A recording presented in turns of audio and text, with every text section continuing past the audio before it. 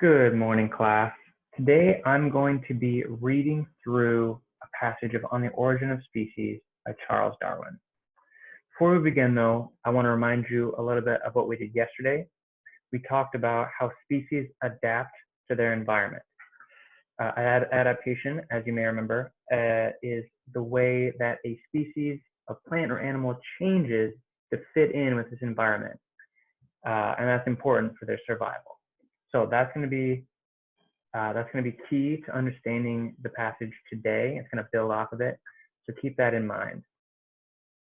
So some background on Charles Darwin and this book. So this book is extremely important to the study of biology today. It's almost like the keys to the house. Like without this book, without these ideas, biology wouldn't be anything of what it is. So it's going to be really important to kind of understand some of these ideas. Charles Darwin, though, he is from London, so he's from a different country, so his understanding might be a little different. And he also published this book in 1859, as you can see, which is like a long time ago, over 150 years. So maybe his understanding is going to be very different than ours. That might be a little bit of a challenge to interpreting his work, getting the full understanding out of it.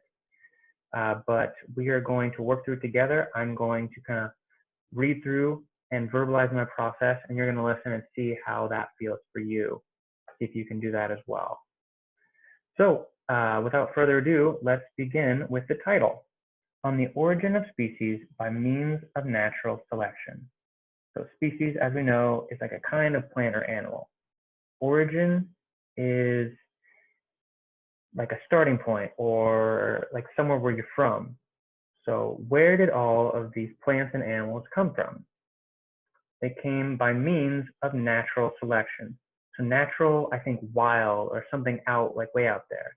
And selection is to choose. So maybe somehow like nature or the wild chooses plants or animals, and those choices are what created all these species. So that's kind of like a prediction for what this book is going to be about. But we still have some questions, like what are those choices? What choices does nature make? How do these choices make all of the species that we see? So we're left with some things we want to ponder and think through. So let's move forward and see what we can get out of it. Now, Charles Darwin has kindly given us a table of contents. This kind of provides the flow of his works. He has the chapter titles, Variation under Domestication. He also has subtitles, which kind of also kind of talk about the flow of his argument.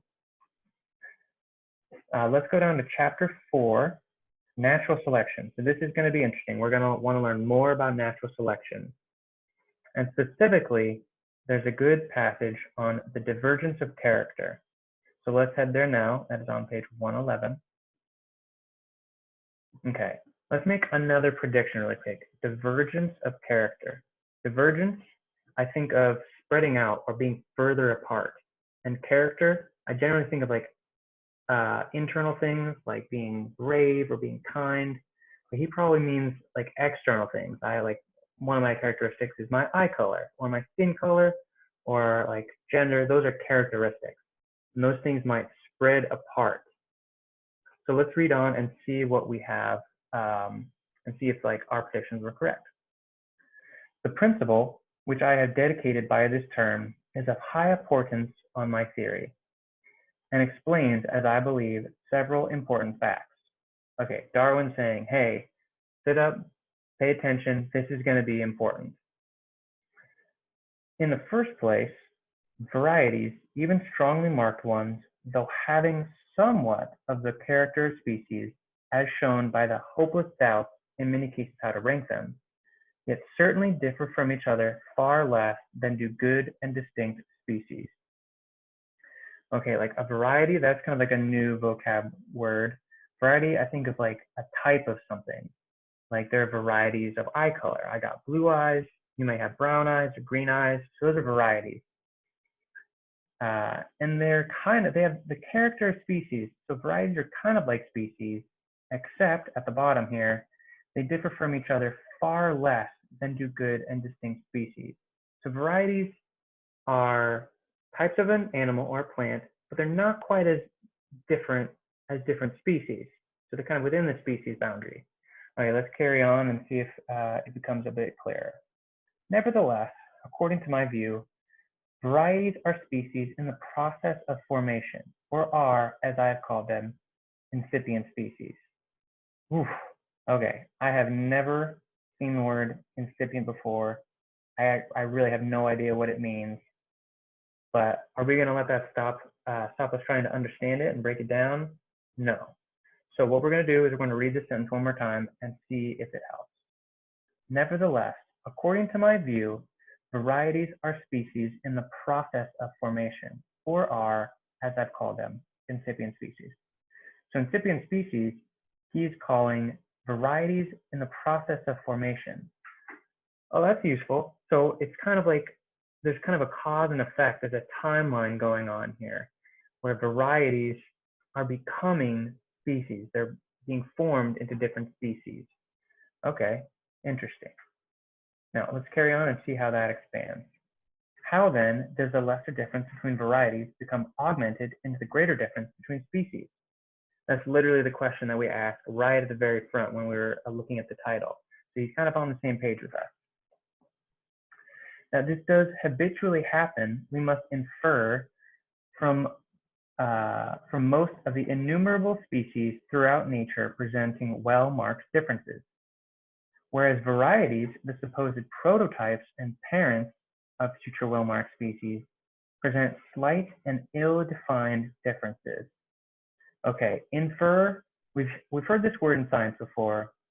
Infer, I think of something that maybe we can't see with our own eyes, like right in front of us, but we can know it because the evidence is like everywhere. We can, like the things that we're seeing, they're kind of telling us that this has to be the case, even though we can't prove it. Okay, so it happens all the time because there's all of these species presenting all these differences, but varieties are the prototypes or parents of future well-marked species. Okay, so this is kind of confusing, so I want to give an example here. So dogs, I know there's like a bunch of types of dogs, and maybe one time long ago, there's like just one type of dog.